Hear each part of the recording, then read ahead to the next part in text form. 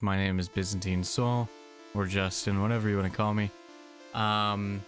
This is a new thing I'm trying out for the Commons, and we're going to see how it goes. Tell me below in the comments if you like it. Today, however, we've seen a lot of games that maybe have gotten remasters when they didn't really need them, or have just sort of been remastered lazily or out of the blue. Remasters and remakes seem to be the sort of norm for today's video game climate. So for today, I thought let's go over 10 games that deserve a remaster. Number 10, Fable 2 and 3. The first Fable was lucky enough to receive a remaster, somewhat lazily and not really worth full price, but it got one nonetheless. It might have been the only one in the series that didn't really need it, since it was also the only entry readily available on PC. But Fable 2 and 3 have been lost to the Xbox library of old, and remastering them for modern consoles and a PC release would be fantastic. You wouldn't even need to change much, since the world is so charming and the gameplay is so lovingly jank. A simple remaster or enhanced port would be ideal for bringing the whole Fable RPG series to the current gaming world. Number 9, Disgaea 3. The third title in Nippon Ichi's flagship strategy RPG comedy series, and one of my favorite strategy games franchises of all time. For some reason, however, Nippon Ichi refuses to remaster this game or port it to PC despite the entire rest of the franchise receiving that treatment. Literally every other game in the main series, minus Disgaea D2, which is highly underrated, yet very much available on modern consoles, is available in complete, enhanced, or remastered versions on the PC. But not Disgaea 3, a game which has unfortunately never left the PS3 and the PS Vita. Why? I'm not entirely sure, but I truly hope they get around to it eventually. Number 8, Drakengard. The entire series. For those of you who don't know, Drakengard 1, 2, and 3 is actually the same franchise that the Nier games spawned from. These games are dark fantasy, filled with fucked up plot points, intensely broken characters, and propelled by a backbone of taboo topics such as incest, pedophilia, and slavery. And that is just the heroes. These 3 games are all plagued by pretty poor gameplay, alternating between bored, repetitious action sequences in the style of a really badly done Musou Dynasty Warriors type game, and extremely clunky bullet hell and rail shooter segments. And while these later did get perfected or at least improved in the Nier titles, they are very not fun here.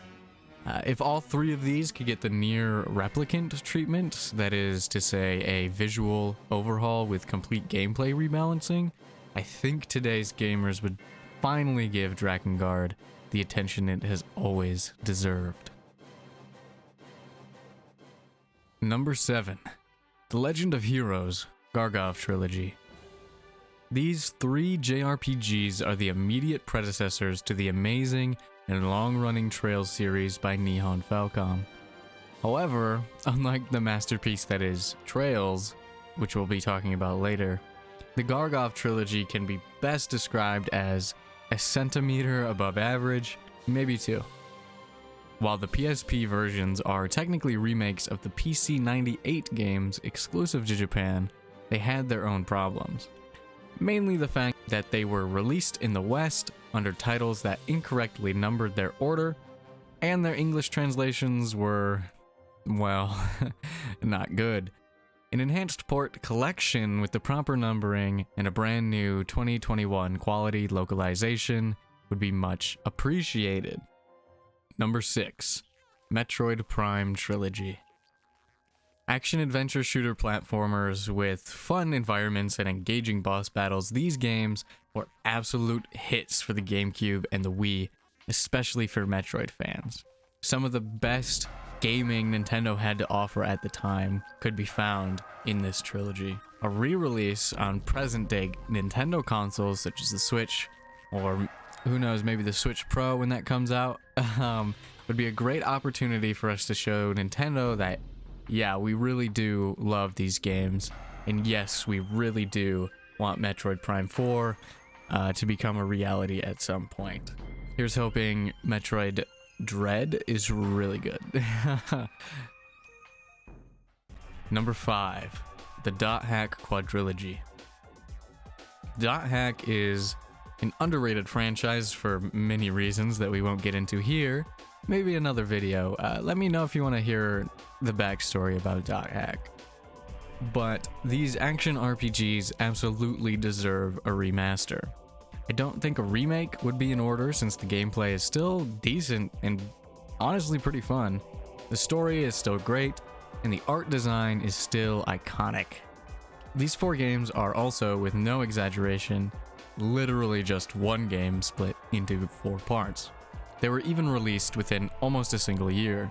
Dot Hack GU, the second Dot Hack series, recently received the remaster treatment, which even got bundled with a brand new, shorter episode to sort of wrap the whole thing up. So why shouldn't the original get the same?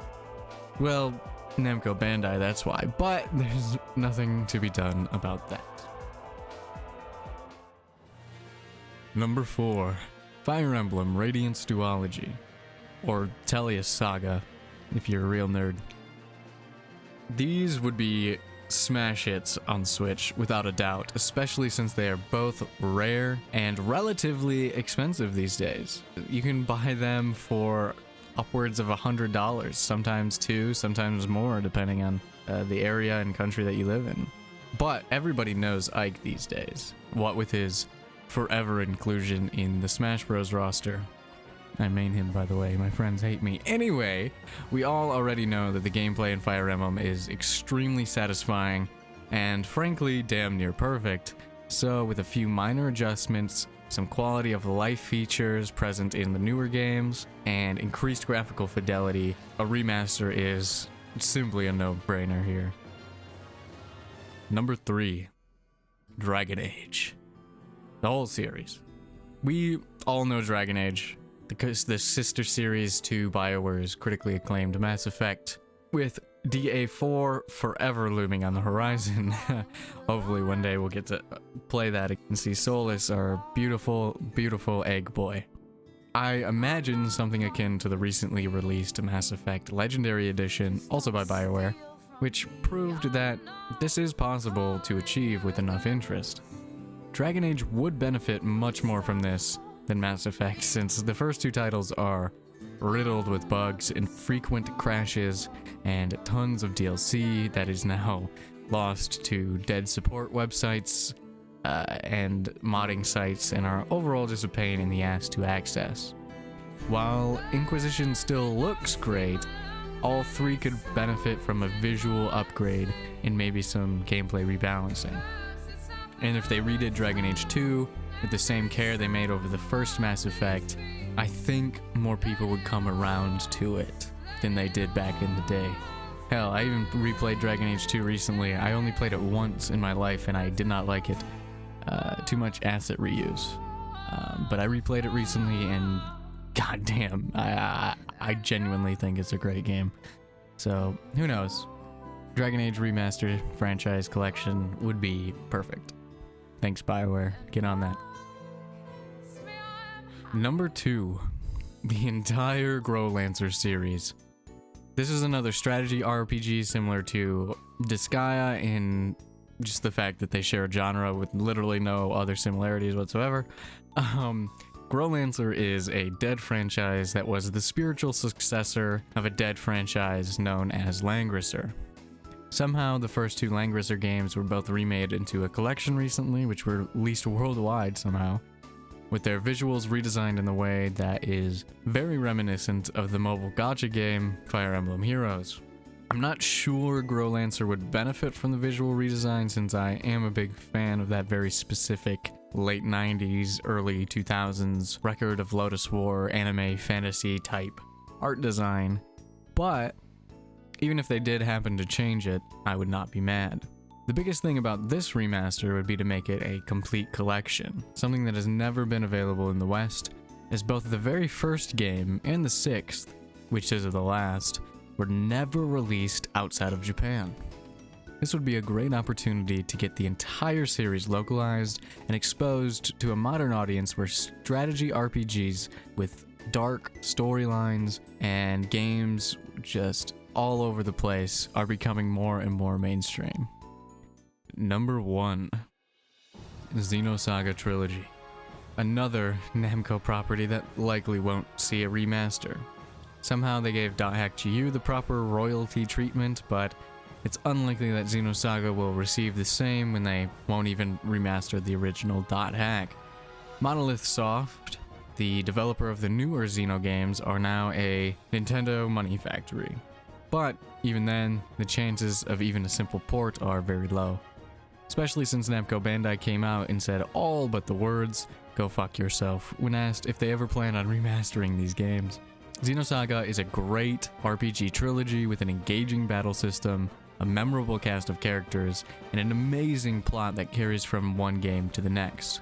A remake would be completely unnecessary, as these games are great as is, minus some very extreme difficulty spikes in the gameplay, especially in the second one. You'll know what I'm talking about. And would only benefit from increased visuals and exposure to a modern Western audience that is both increasingly obsessed with the present Xeno games and much more used to cynical, philosophical, and religious questioning themes than they were when these games were originally released.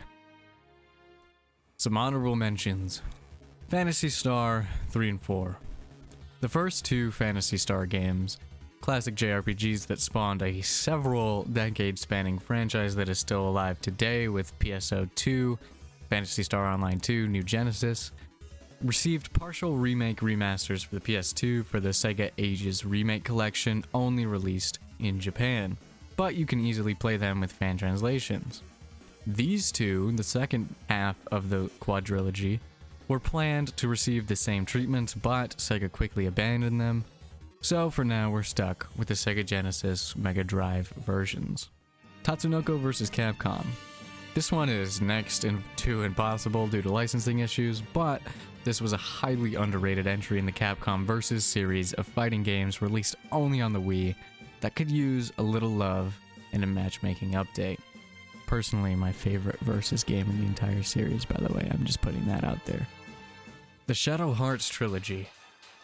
The problem with remastering these games is that the original studio died, and now nobody really knows who owns the rights to Shadow Hearts, and if they do, what exactly to do with them. They have a unique and engaging battle system, a generally dark, sort of horrific, gothic aesthetic, and could do with a graphical overhaul and exposure to today's gaming community. Mario Strikers? A remaster of these Mario masterpieces would be much appreciated, but a sequel would be even better in my mind. And Jade Empire, another 2000s BioWare game that has its issues, but truly deserves some present-day love. Hope you guys enjoyed the video, and hey, there are dozens and dozens of games that could do with a good remaster, so let me know what games are on your list down in the comments below. Like down there. For my next video, I plan on going over games that deserve full remakes, and after that, who knows? Maybe games that need sequels, maybe games based on books. Let me know what you'd like to see next, and have a good one.